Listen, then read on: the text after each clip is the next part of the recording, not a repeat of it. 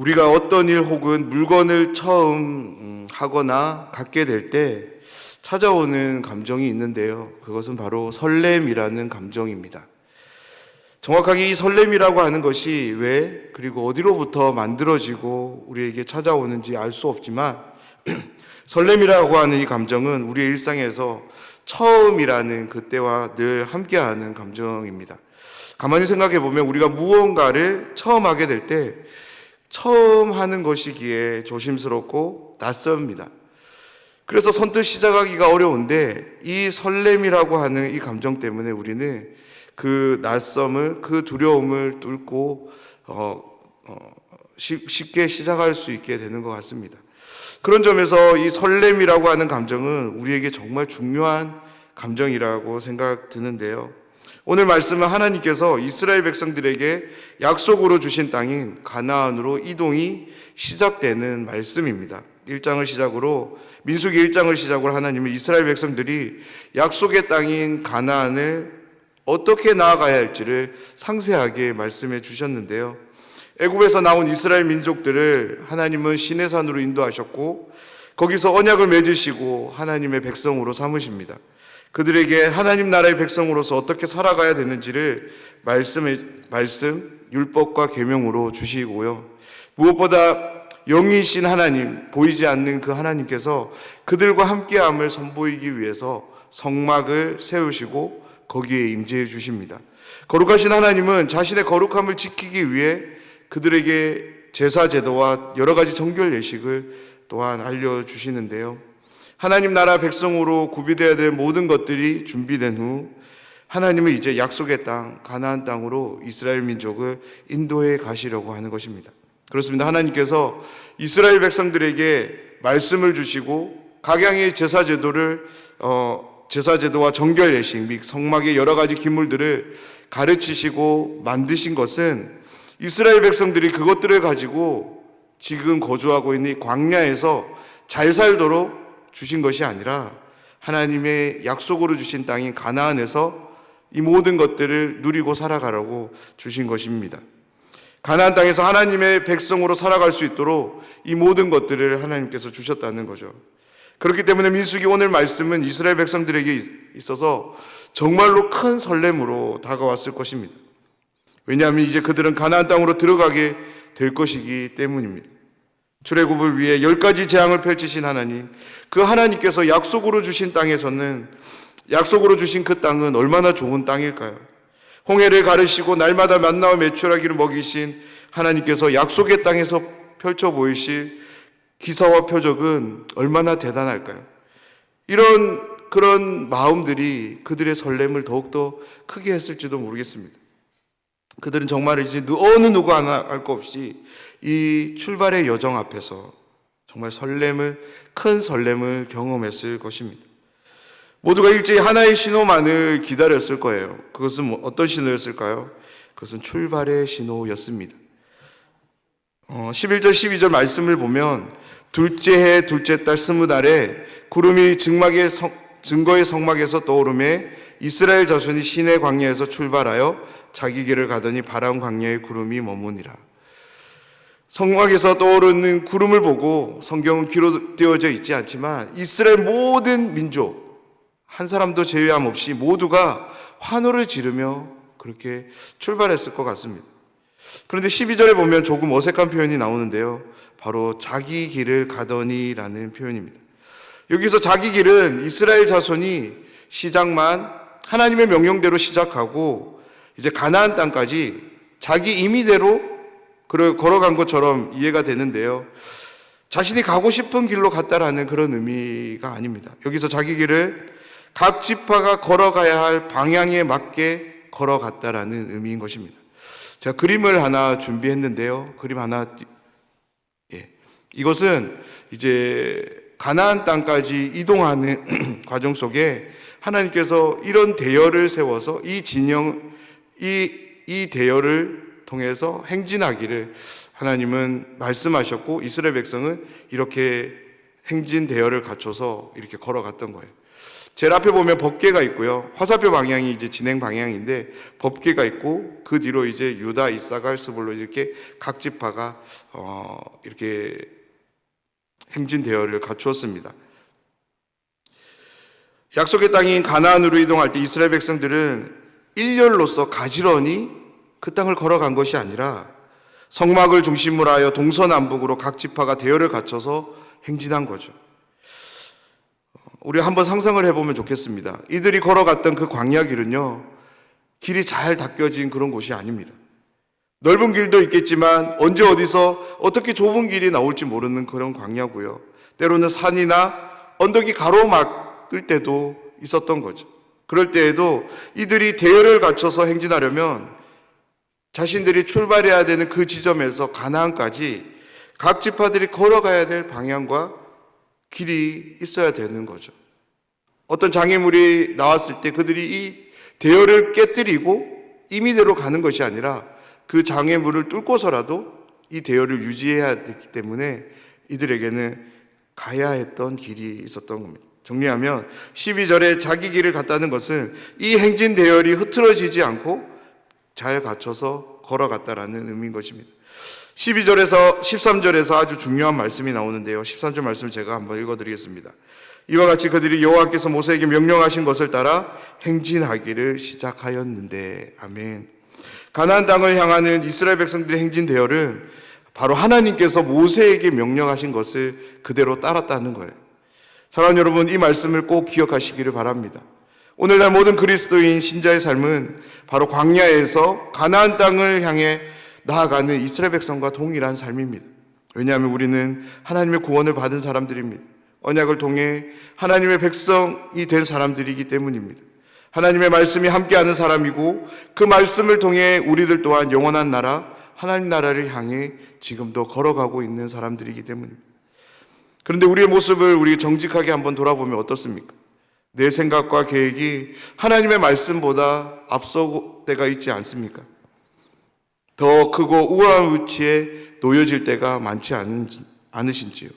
내 손의 수고가 나의 걸음을 인도하며 나의 내일을 보장하고 안내한다고 그렇게 믿고 살아가고 계시지 않으신가요? 그렇습니다. 우리의 삶을 인도해 가시는 분은 하나님이십니다. 하나님의 말씀이 우리가 나아가야 할 길, 그 미래를 안내하며 인도해 가는 줄 믿습니다. 그렇습니다. 우리는 하나님의 이 말씀에 귀를 기울이며 그 말씀을 붙잡고 부지런히 우리에게 주어진 모든 시간들을 그렇게 성실히 살아가야 될 줄 믿습니다. 그런 점에서 저는 이 새벽 기도가 우리에게 참으로 복되다는 생각이 듭니다. 왜 그럴까요? 하루가 시작될 때 하나님의 말씀을 들음으로 시작할 수 있기 때문에 그렇습니다. 들은 말씀을 기도를 통하여 믿음으로 붙잡고 시작할 수 있기 때문에 그런데요. 우리는 지난 2주간 특별한 새벽 기도의 시간을 가졌습니다. 어떠십니까? 지금도 그때의 말씀이 생생하게 되뇌어지지 않습니까? 말라기 선지자가 외쳤던 그 강력한 폭로들이 우리의 마음을 힘들게 했지만 그 힘듦이 결국은 우리를 하나님께로 바르게 인도한다는 것을 우리가 알기에 그 아픔도 뚫고 믿음으로 기도했던 그런 시간들을 우리는 보냈습니다. 그렇습니다. 우리의 삶은 하나님의 말씀, 이 말씀을 통해 시작되어야 되는 줄을 우리가 늘 기억하고 그렇게 기도할 수 있게 되기를 간절히 소망합니다. 14절을 시작으로 28절까지 말씀은 이 행진 대열에 대한 소개가 이어지는데요.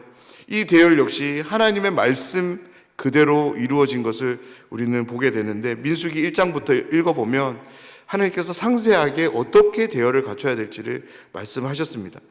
그런데 이 긴 말씀들을 가만히 들여다보면 계속적으로 반복되는 한 단어가 소개되는데요. 그것은 이끌었다라는 단어입니다. 각 지파의 선두에 선 사람들은 단순히 그 지파를 대표하는 사람을 넘어서 그 지파들, 각 지파들이 구름을 통해 인도해 가시는 그 하나님의 방향대로 걸어갈 수 있도록 그 지파를 이끌었음을 우리는 확인할 수 있습니다. 그렇습니다. 리더는 앞에 서서 큰 소리를 낸다고 해서 리더가 되는 것은 아닙니다. 세상은 모르겠어요. 세상은 그렇게 생각할 수 있겠지만 하나님 나라, 교회는 그렇지 않습니다.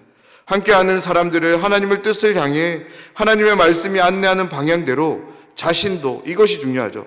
자신도 그 방향대로 걸어가며 이끄는 사람이 성경이 말하는 하나님 나라의 리더인 것입니다. 21절 말씀에는 약간의 설명이 필요한데요. 21절 말씀입니다. 고아디는 성물을 메고 행진하였고 그들이 이르기 전에 성막을 세웠으며, 특별히 어려운 부분이 있는 것은 아닌데 그냥 읽으면 약간 오해할 부분이 있습니다. 오늘 말씀을 그냥 읽어보면 마치 고아디니 성물을 메고 행진하다가 그들이 또 성막을 세웠 것으로 우리가 이해하기 쉬운데요. 만약 그렇게 이해한다면 말씀이 전달하고자 하는 내용과 조금 다르게 이해할 수 있습니다. 21절 말씀의 의미는 성물을 메고 행진한 고아딘들이 도착하기 전에 앞서 성막을 메고 이동했던 게르손 자손과 므라리 자손이 성막을 세웠다는 것을 우리에게 말씀하고 있습니다. 물론 게르손 자손도 므라리 자손도 고아딘입니다. 그래서 고아딘이 세운 것으로 이해하는 게 틀린 이해인가 우리는 생각할 수 있겠지만, 하나님께서 성막을 메는 자와 성물을 메는 자를 철저하게 거룩하게 구별하셨기에 우리도 이 구별을 해야 되는 거죠. 29절을 시작으로 갑자기 모세의 장인에 대한 말씀이 나오는데요. 모세는 그로 하여금 이제 함께 가자고 청합니다. 모세의 청함에 대해 30절 말씀을 보면 모세의 장인은 자신의 고향, 내 친족에게 돌아갈 것이라고 이렇게 거부의 의사를 밝히는데요. 그런 호밥을 향해 모세는 다시 한번 간곡하게 간청하죠. 그런 어떤 모세의 간곡한 제청에 호밥의 대답은 없어요. 그런데 어떤 태도를 보였는지 우리는 성경이 말하고 있지 않기 때문에 알 수 없지만, 사사기 말씀 등에서 다시 거론되는 부분을 우리가 통해 살펴보면 많은 성경학자들은 모세의 이 재요청에 호밥은 동의했고 그렇게 같이 했을 거라고 이야기를 합니다. 그런데 문제가 뭐냐면 모세 장인의 이름입니다. 출애굽기부터 사사기에 일러 모세 장인의 이름은 세 가지로 소개가 되는데요. 우리가 가장 잘 아는 이름은 이드로일 거예요. 그리고 르우엘이라고 소개가 되고요. 오늘은 호밥으로 소개가 됩니다. 이런 걸 보면서 이제 성경을 믿지 않는 사람들은, 좀 성경에 대해서 부정적인 사람들은 이건 성경의 오류다, 명백한 오류다, 같은 사람에 대해서 이렇게 다르게 표기할 수 있느냐, 이런 말을 하는데요.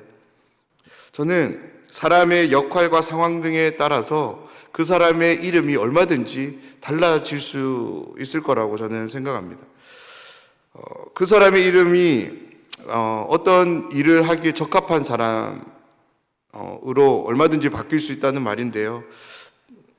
이 이드로의 경우를 적용해 보면 이 사람을 미디안의 제사장으로 소개하고 있습니다. 그러니까 제사장으로서 그 역할을 감당할 때 그렇게 불려졌을 이름이 있을 수 있다라는 거죠.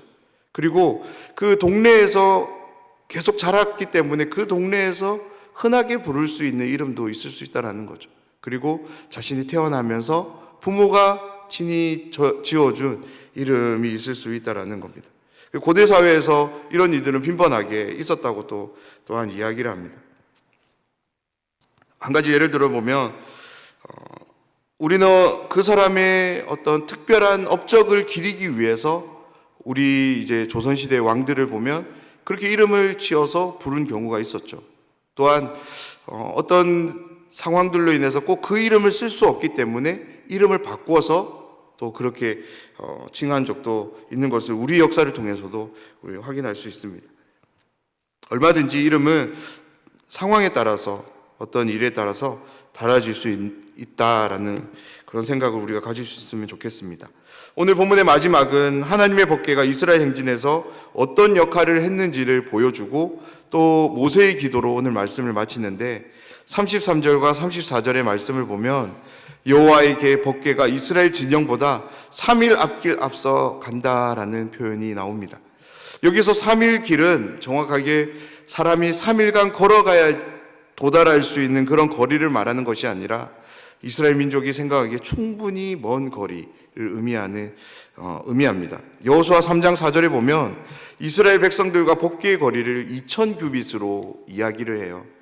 2000규빗을 오늘날 도량으로 환산해 보면 약 900m입니다. 하나님의 숫자인 3을 사용해서 어쩌면 그들은 하나님의 그 거룩함으로부터 완전히 구별된 그 거리를 표현하기 위해서 이 날을 이야기했을지도 모르겠다는 생각이 듭니다. 무엇보다 중요한 것은 그들이 생각할 때 충분히 먼 거리, 그 거리를 이 3일 길로 표현했다는 거죠. 이스라엘 민족과 충분히 떨어진 법궤가 그냥 가만히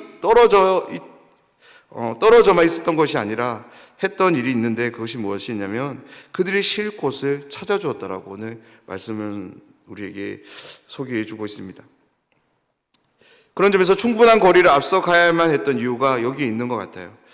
다음에 나오는 모세의 기도를 통해서 또 우리는 정황을 살펴볼 수 있는데, 광야는 이스라엘 백성들이 가나안 지역까지 안락하게 마음 편하게 그냥 걸어가도록 모든 것들이 허락된 장소는 결코 허락된 장소가 아닙니다.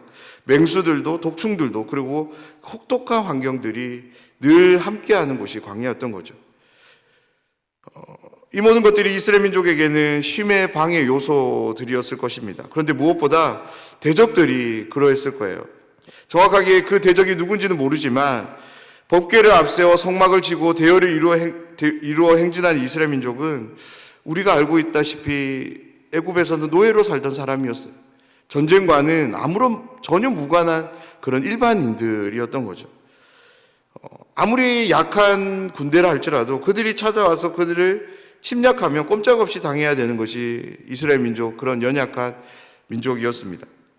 그런 연약한 민족들을 하나님은 3일 길 앞서 가셔서 쉴 곳을 예비해 주신다는 거죠.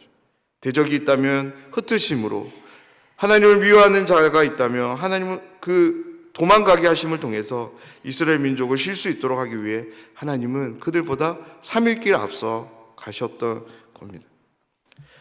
충분한 거리를 앞서 가셔서 이스라엘 민족의 쉼에 필요한 모든 것을 예비해 주시는 그런 하나님이신 것을 우리는 오늘 말씀을 통해 확인하게 됩니다. 사랑하는 여러분, 우리가 믿는 하나님은 이런 분이세요. 우리의 삶을 인도해 가시는데 어떻게 인도해 가시냐면 3일 길 앞서 가셔서 필요한 모든 것들을 준비하시고 우리를 기다려 주시는 분이심을 우리 오늘 말씀을 통해서 발견하시기를 부탁드립니다. 오늘 하루도 이 하나님을 온전히 경험하는 복된 하루가 되기를 원하는데요. 그러기 위해서 우리가 먼저 하나님의 말씀을 붙잡아야 합니다. 내 생각이 아니라, 내 마음이 아니라 오늘도 살아 역사하시는, 우리의 삶을 인도해 가시는 그 하나님의 말씀을 우리는 붙잡아야 될 줄 믿습니다. 또한 그 말씀을 붙잡는 것을 넘어서서 우리의 삶을 통해서 직접 지켜가는 그런 삶을 살아가야 될 줄 믿습니다. 또한 우리 앞서 일하시는 하나님에 대한 인정, 그 인정을 통해서 하나님을 신뢰하고 믿음으로 우리는 나아가야 될 줄 믿습니다. 이러한 말씀을 붙잡고 말씀을 지키고 하나님을 신뢰하는 그런 믿음을 통해서 오늘도 하나님이 우리에게 베푸시는 그 선하심을, 그 은혜를 풍성히 받아 누리는 복된 하루를 살아가시길 주님의 이름으로 축원합니다. 이 시간 우리 임직자 세움을 위한 기도를 우리 함께 읽고 기도의 시간을 갖도록 하겠습니다.